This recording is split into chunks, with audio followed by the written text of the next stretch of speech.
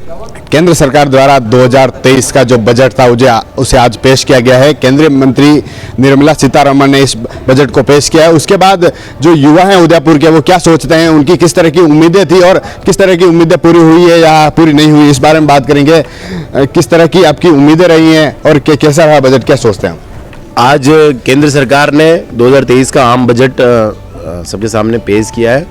केंद्रीय मंत्री निर्मला सीतारमण जी ने बजट में जो सबसे बड़ी उम्मीद थी शिक्षा के क्षेत्र में कि जो रोजगार के अवसर लोगों को सबसे ज़्यादा जो उम्मीद थी कि नई भर्तियों के बारे में जो केंद्र सरकार के विभागों में कई लाखों पद खाली है, उन पदों को भरा जाएगा, उससे संबंधित कोई आश्वासन मिलेगा या फिर उससे संबंधित कोई घोषणा होगी, लेकिन उस संबंध में कोई घोषणा नहीं हुई।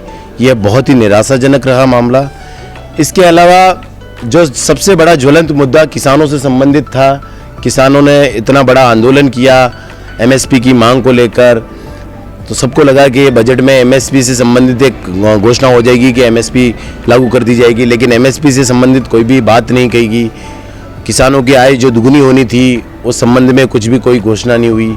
इसके अलावा सबसे बड़ा जो विषय है हम राजस्थान के लोगों के लिए, इस बजट में राजस्थान के लिए कुछ भी नहीं था।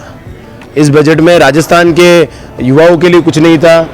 हमारी उम्मीद थी कि हमें शिक्षा के क्षेत्र में कुछ नए रोजगार के अवसर मिलेंगे, लेकिन इस संबंध में हमें कुछ भी नहीं मिला। निराशाजनक रहा पूर्ण रूप से बजट। अब क्या सोचते हैं शिक्षा के क्षेत्र में किस तरह का बजट रहा? शिक्षा के क्षेत्र में मैं तो काफ़ी असंतुष्ट हूँ, क्योंकि जिस तरह से इन्होंने एक ही फील्ड को आगे बढ़ाया है, मेरे हिसाब से मतलब शिक्षा के अंदर बहुत सारे विकल्प है, तो आप बहुत सारे विकल्प है, तो सारे विकल्पों को आप चुनते हैं और थोड़ा मेरे हिसाब से सबके अंदर मतलब सबको डिवाइड करते हैं, और ताकि ना जितने भी स्टूडेंट्स वगैरह है या जो यूथ वगैरह है वो सब अपना कैपेबल होते हैं और मतलब आगे बढ़ते हैं जो भी रहता। युवाओं के बारे में क्या सोचते हैं, किस तरह रोजगार को लेकर रहा है, क्या ऐसा क्या सोचते? एक तरफ सरकार ने जो वो मैंने भी अभी मतलब थोड़ी देर पहले देखा था कि वो इनकम टैक्स वाला गवर्नमेंट ने किया है। गवर्नमेंट के जो किया है इनकम टैक्स का नो डाउट अच्छा था, लेकिन वो इनकम टैक्स का मेरे हिसाब से हमारे यूथ का तो कोई उसमें बेनिफिशियल ही नहीं है, क्योंकि मैं खुद बेरोजगार हूँ, तो मैं 7 लाख रुपए का टैक्स बच्चे के करूँगा क्या? तो मेरा यही है कि आप पहले हमको रोजगार दो, इस कैपेबल बनाओ कि हम उस टैक्स को नहीं भर पाए, या फिर इस कैपेबल भी बना दो कि हम वो टैक्स भर पाए, क्योंकि टैक्स है एक तरह से तो जो टैक्स है वो बेनिफिशियल गवर्नमेंट के लिए ही है, मेरे देश के लिए। टैक्स पे करूँगा तो देश आगे बढ़ेगा।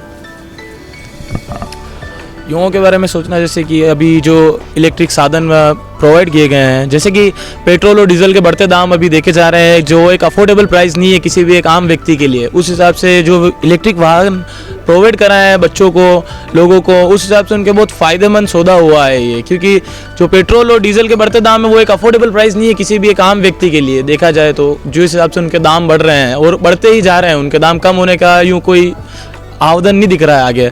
और इस हिसाब से जो इलेक्ट्रिक वाहन प्रोवाइड कराए गए लोगों को, वो बहुत ही सही साधन है और एक बहुत ही सही उपयोगी चीज़, लेने जा लायक चीज़ है एक आम आदमी के लिए। शिक्षा के क्षेत्र में क्या सोचते हैं, क्या कुछ दिया है क्या?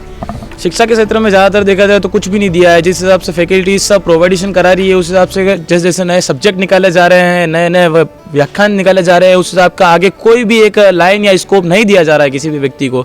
जितने सब्जेक्ट कोई एक फैकल्टी निकाल रही है, उस हिसाब से सब्जेक्ट का आगे कोई स्कोप नहीं दे रहे हैं वो लोग, बस सब्जेक्ट निकाले जा रहे हैं। उन सब्जेक्ट के दामों पर और ज़्यादा वृद्धि की जा रही है बस। शिक्षा का क्षेत्र और युवाओं के बारे में क्या सोचते हैं, कैसा रहा बजट? आपको क्या लगता है, किसी उम्मीदें कैसी थी? और युवाओं को इस बजट से बहुत सारी उम्मीद थी कि इस बजट के दौरान हमें रोज़गार मिलेगा, लेकिन शायद युवा आज इस बजट से नाखुश हैं, क्योंकि जब इस बजट के आने के बाद में जब देखा जाए कि जितनी भी ये मतलब रोज़गार था वो तो यूँ लग रहा है कि छीन लिया गया है, और लग रहा है कि आने वाले 5 साल या फिर आने वाला अगला बजट तक भी कोई उम्मीद नहीं दिखी है। क्योंकि सबसे पहले इनको युवाओं के रोजगार के लिए सोचना चाहिए था। इनको इनकम टैक्स की भाई 7 लाख कर दिया है, 7 लाख कर दिया है तो आप उसका कोई फ़ायदा तो हो। जब युवा ही रोजगार बैठा रहेगा तो उसको उस चीज़ का फ़ायदा क्या मिलेगा? जब वो सालाना ही 50,000 लाख रुपए अगर बाहर से कमा रहा है तो वो 7 लाख तो पहुँचेगा, तब तक तो उसको बहुत समय लगेगा। तो आप सबसे पहले तो रोज़गार के बारे में बताइए। शिक्षा जो डिग्री करके बैठे हैं, आगे प्लेसमेंट क्या है? तो आप या तो कोई प्राइवेट सेक्टर है या तो वहाँ से आप प्लेसमेंट लाएँ या आप यूनिवर्सिटी को प्रोवाइड कराएँ, तो उनको युवाओं को फ़ायदा मिलेगा इस चीज़ का। तो बस। इस बजट से कुछ युवा है जो नाखुश भी नजर आ रहे हैं।